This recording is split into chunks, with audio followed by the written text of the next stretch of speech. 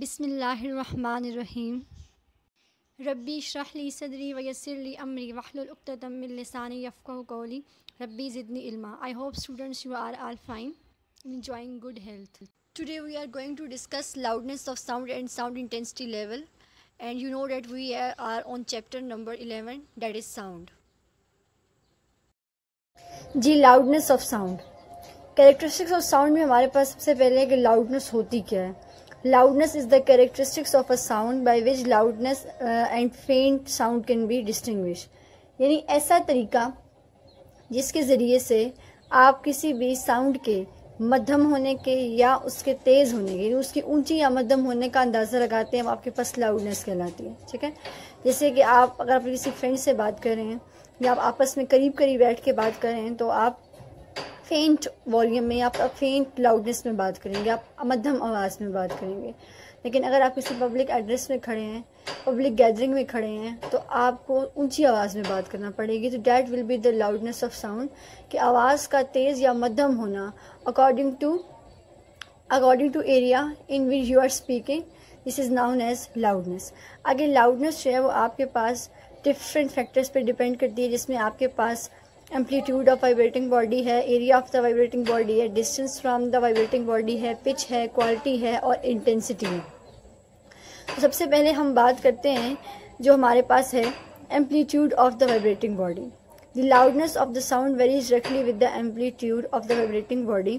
The sound produced by a sitar will be loud if we pluck its wire more violently.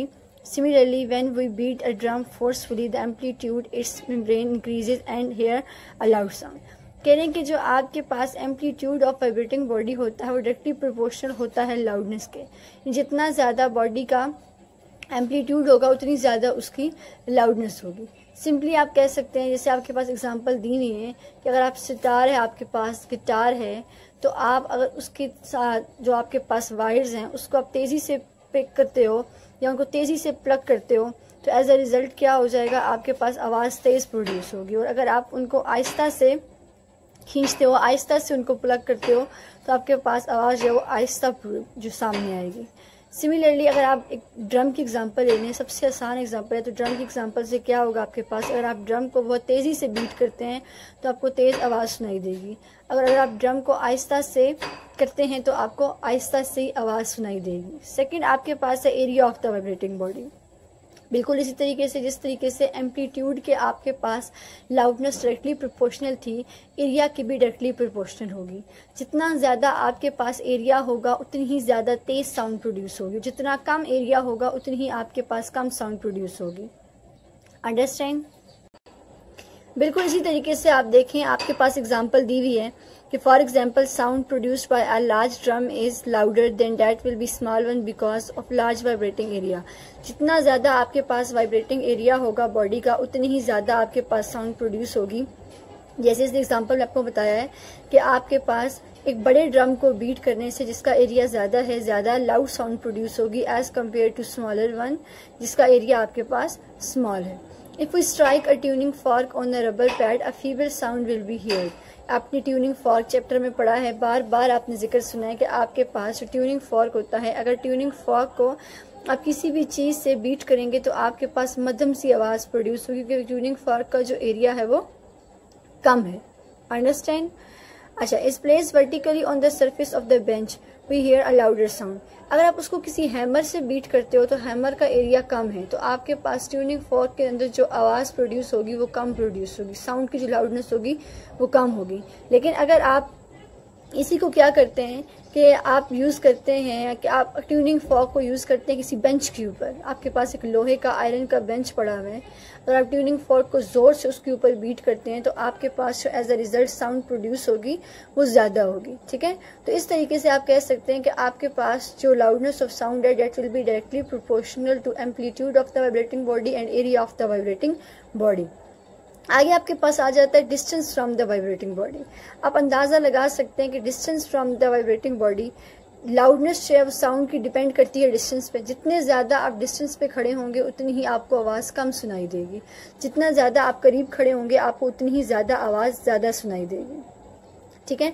अब loudness of sound also depends upon the distance of the vibrating body from the listener. कह रहे हैं कि जो loudness of sound है वो also depend करती है कि लिसनर जो खड़ा हुआ है, जिसने आवाज़ सुननी है, वो वाइब्रेटिंग बॉडी से कितना दूर है। अंडरस्टैंड?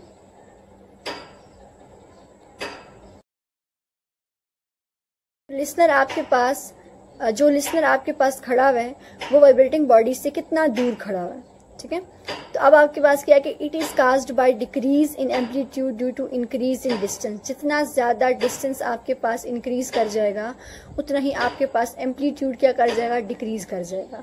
यानी अगर डिस्टेंस पे खड़ी हुई है, जिसने आवाज़ को महसूस करना है, अगर वो बॉडी डिस्टेंस पे मौजूद है तो उसको आवाज़ कम सुनाई देगी, और अगर आपके पास वो बॉडी करीब तरीन मौजूद है, near to the vibrating body मौजूद है, तो आपके पास आवाज़ ज़्यादा प्रोड्यूस होगी।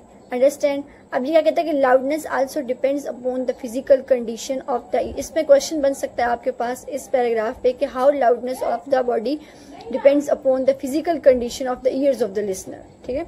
अ sound appears louder to a person with sensitive ears than to a person with defective ears. However, there is a characteristics of sound which does not depend upon the sensitivity, the ear of the listener, and its called intensity of the sound. Now आपके पास क्या है, यहाँ पे मैंने बताया कि यहाँ पे सवाल बन सकता है कि किस तरीके से लाउडनेस ऑफ साउंड आपके पास किसी भी इंसान की या किसी भी बॉडी की, ऑब्वियसली इंसान ही या किसी एनिमल ही की हम बात करें जो कि आवाज़ को सुनेंगे, क्योंकि जानदार चीज़ें ही आवाज़ सुनती हैं, बेजान नहीं सुनती। तो क्या कह रहे हैं कि आपके पास वो उसके लिसनर की, सुनने वाले के कानों पे भी डिपेंड करती है। बेशक आप जानते हैं कि जिसको आपके पास हियरिंग का प्रॉब्लम होता है उसको आवाज़ कम सुनाई देती है, जिसको हियरिंग का प्रॉब्लम नहीं होता उसको आवाज़ ज़्यादा सुनाई देती है। लेकिन एक ऐसी क्वालिटी साउंड की होती है जो कि किसी भी बॉडी की सेंसिटिविटी पे वैसे ज़्यादा सुन सकता है या कम सुन सकता है, उस पर डिपेंड नहीं करती है, that is known as intensity. Understand? अब आगे आपके पास है पिच।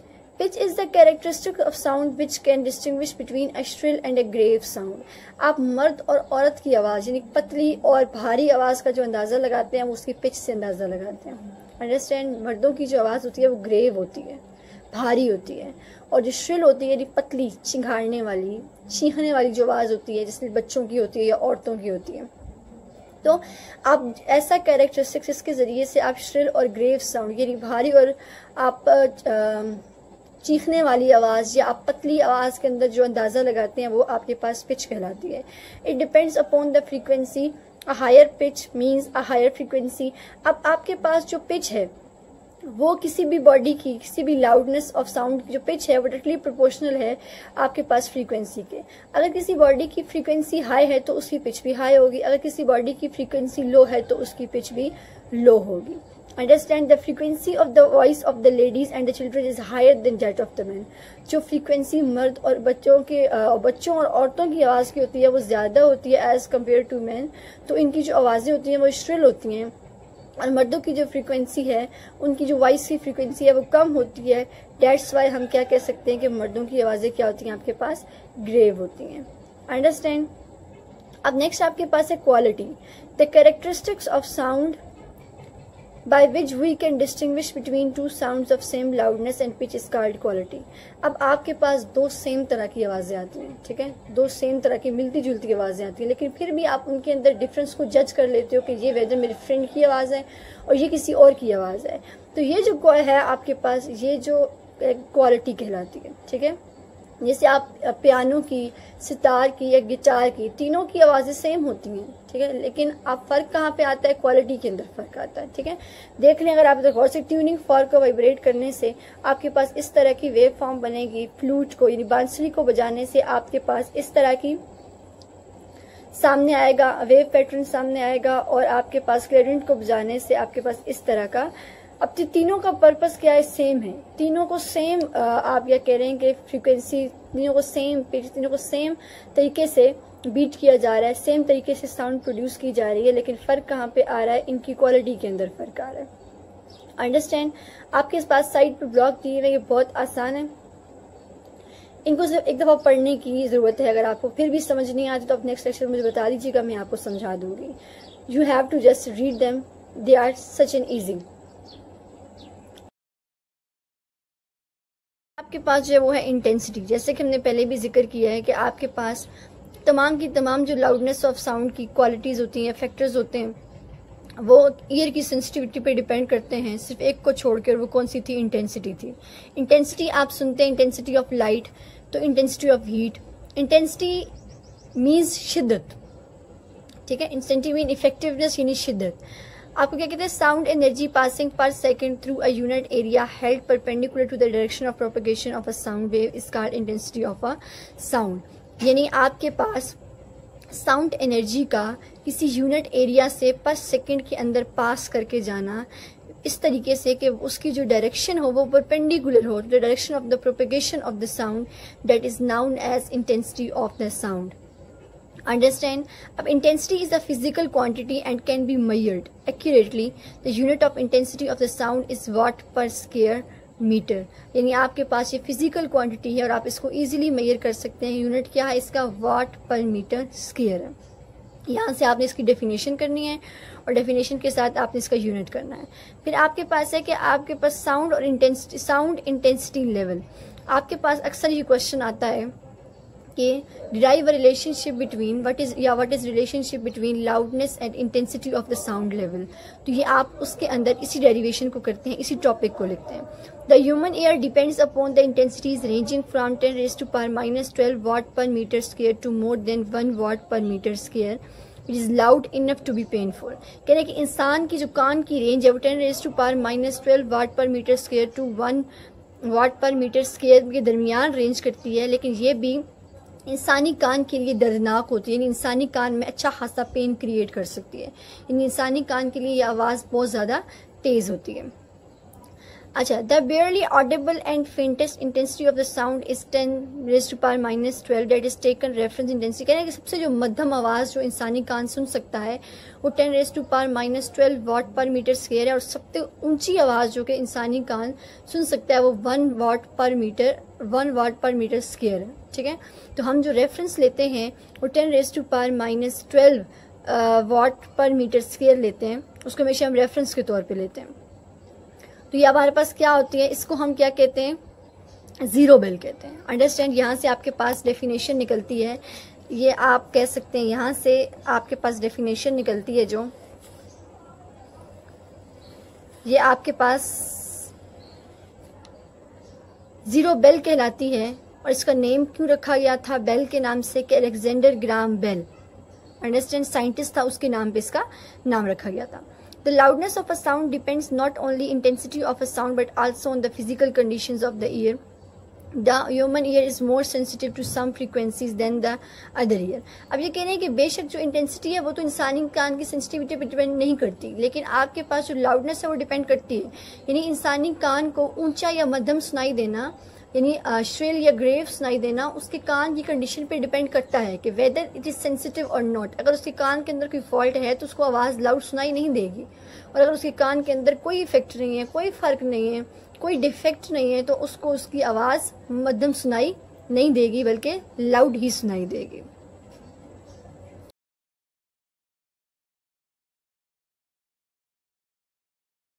यानी एल आपके पास लाउडनेस है और आपके पास जो आई है वो इंटेंसिटी है। अंडरस्टैंड?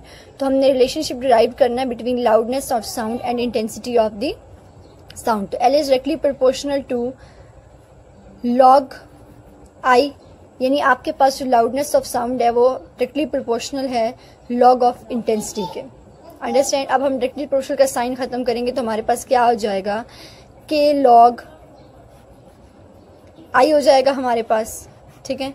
अब हम अगर बात करते हैं, जैसे आपकी बुक में दिया हुआ है कि let be the loudness of the faintest audible sound, यानी वो कम से कम फ्रीक्वेंसी की साउंड या कम से कम इंटेंसिटी की साउंड जो कि इंसानी कान का सुन सकता है, वो आपके पास एल नॉट होगी। यानी आप इसको ओरिजिनल साउंड या ऑडिबल साउंड किसी भी नाम से कह सकते हैं। तो यहाँ पे हम इसको एल नॉट से रिप्लेस कर देंगे, के लॉग आई नॉट हो जाएगा, ठीक है। आपके पास इस तरीके से ये इक्वेशन हो जाएगी।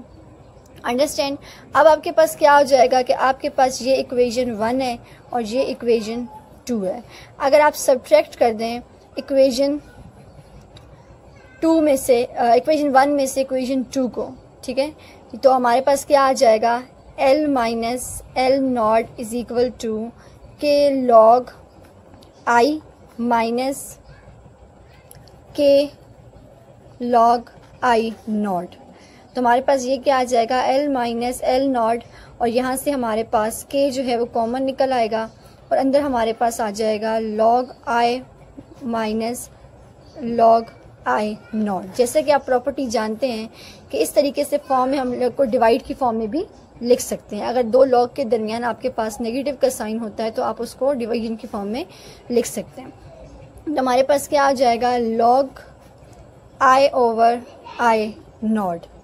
अंडरस्टैंड, ये हमारे पास क्या आ गया है, और इसको हम किससे इंडिकेट कर देंगे, इंटेंसिटी लेवल से।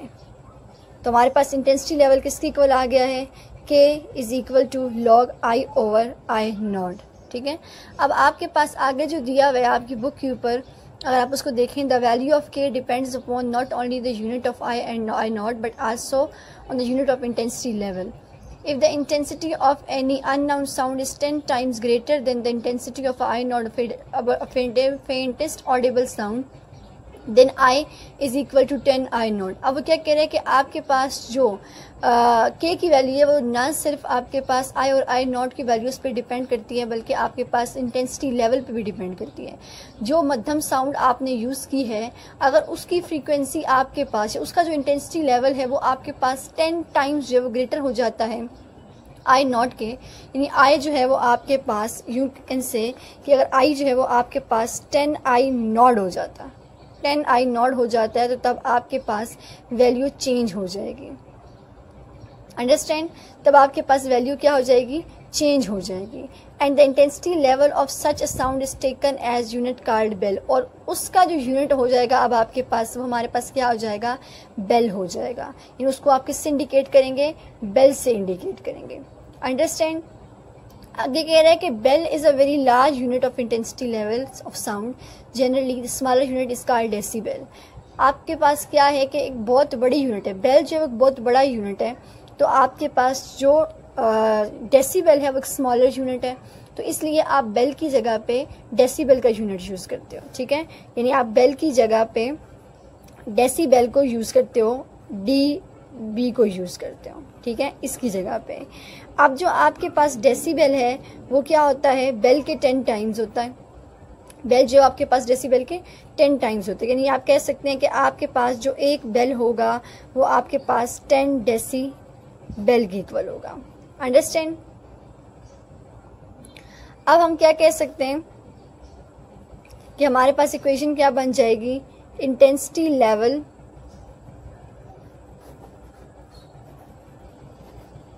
Is equal to 10 log I over I naught हो जाएगी। लेकिन साथ में यूनिट अब हम कौन सा लिखेंगे, डेसीबल लिखेंगे, क्योंकि साथ हमारे पास क्या आ गया है, 10 आ गया है। और के की वैल्यू हमारे पास क्या आ जाएगी, 1, तो के हम उसको यहाँ से ख़त्म कर देंगे।